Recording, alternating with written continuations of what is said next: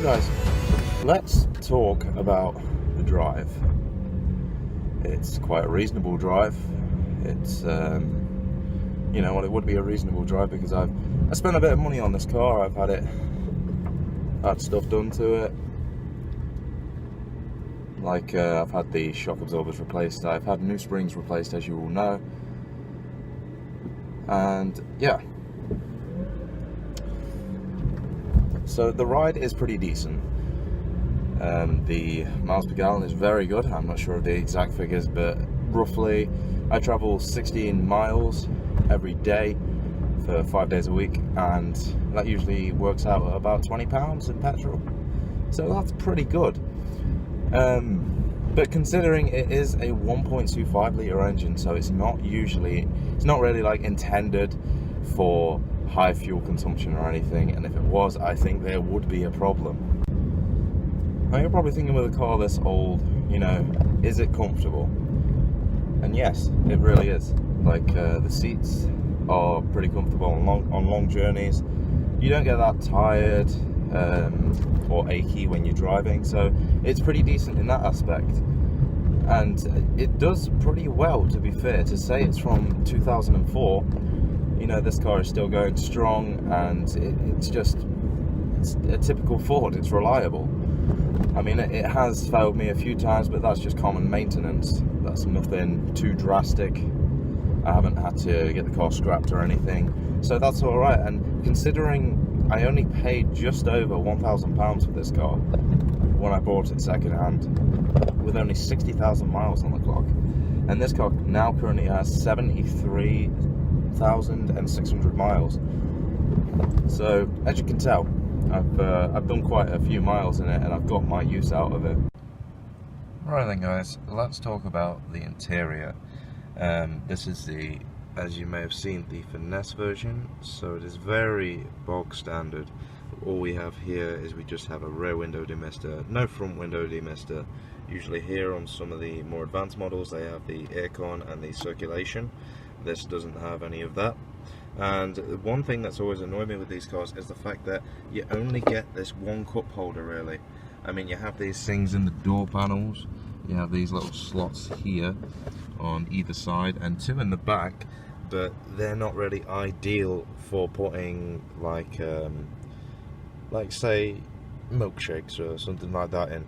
So it is fairly ridiculous in a sense. The radio is a bog standard radio pretty much. You just get a CD player and radio. There is no AUX at all. You just get one power supply, which is standard on most cars, to be fair. But yeah, interior wise there isn't really much going for it. I think the nicest thing I mean, the dials are pretty nice. It has a nice little startup procedure when you start it. I'll just demonstrate that to you. All the lights come on as usual. Now, if you watch the fuel and temp lights, if you watch what they do, they go up and down. And you get that sort of, yeah, that little display, which is quite nice, to be fair. It is quite nice. It's got a standard sort of boot button there. The bonnet release is on the passenger side, which I think is so silly. The windows are, of course, wind down, as it is. It seems to be the budget version. The wing mirrors are manual. There is no automatic lights. There is simply setting for off, parking lights, or dipped beam. And you've got obviously your beam adjuster there and the alarm there, which this was actually fitted separately from the car. These didn't come out the factory like this. So yeah, and you know, it's got like simple sort of looking fans. It's just a simple basic car. Now, would I recommend this car? Yes, I would recommend it, as mainly towards the people who have just started driving, because this car is, if you're older and you want something quiet, then it can still work out for you. Maybe to the ages of 50, no, I think more 60 or 70, and if you want something quiet and something that will just get you by, that'll do.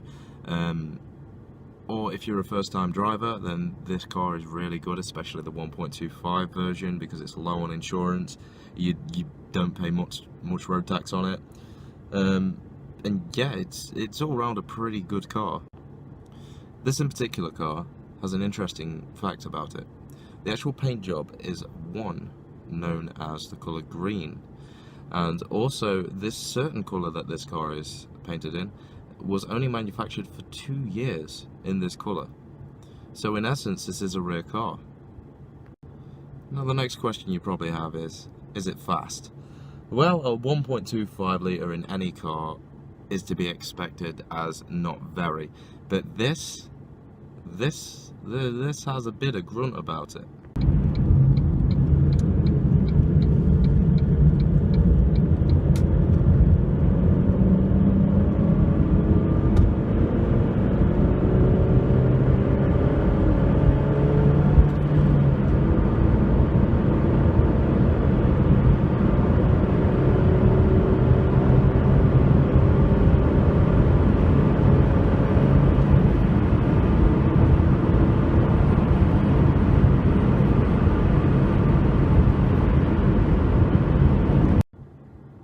The thing is, even if you want to drive slow in this car, it's nice to just cruise.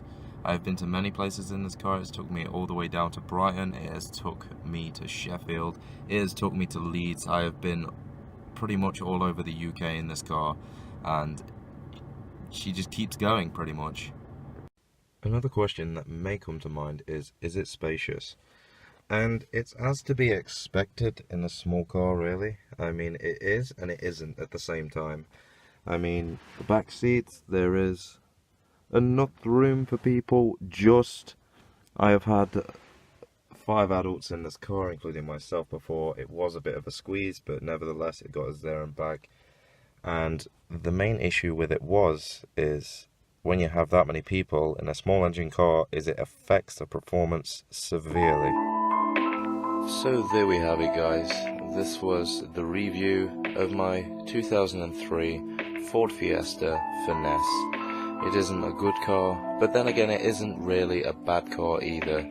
It's a car that shouts out to a wide audience, a badge that both young and old people can respect, but most of all it's a small engined car that you can have fun in.